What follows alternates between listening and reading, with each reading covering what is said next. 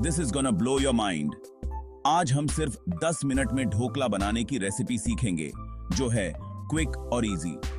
सबसे पहले एक बाउल में 1 कप बेसन डालो और आधा कप दही मिलाओ।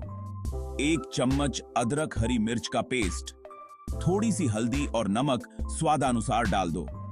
1 कप पानी डालकर अच्छे से मिलाओ। बैटर को ग्रीस किए हुए माइक्रोवेव सेफ डिश में डालो। माइक्रोवेव में हाई पर 5 मिनट के लिए रख दो। तड़के को पके हुए ढोकले के ऊपर डाल दो।